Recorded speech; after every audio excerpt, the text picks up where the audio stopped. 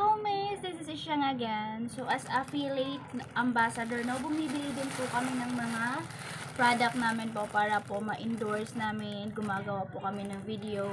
Kasi nga, hindi lang po kasi yun, hindi lang po kasi affiliate yung mga pinanggagawa ko. So, as a content creator, nagpo-post po ako ng mga videos para po para po ma-flex po yung mga paninda ko po. Ayan.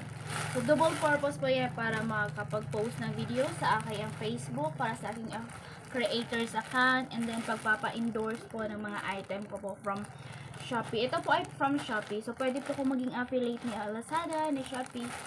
Si Lazada po, ginagamit ko po yun sa isang account ko.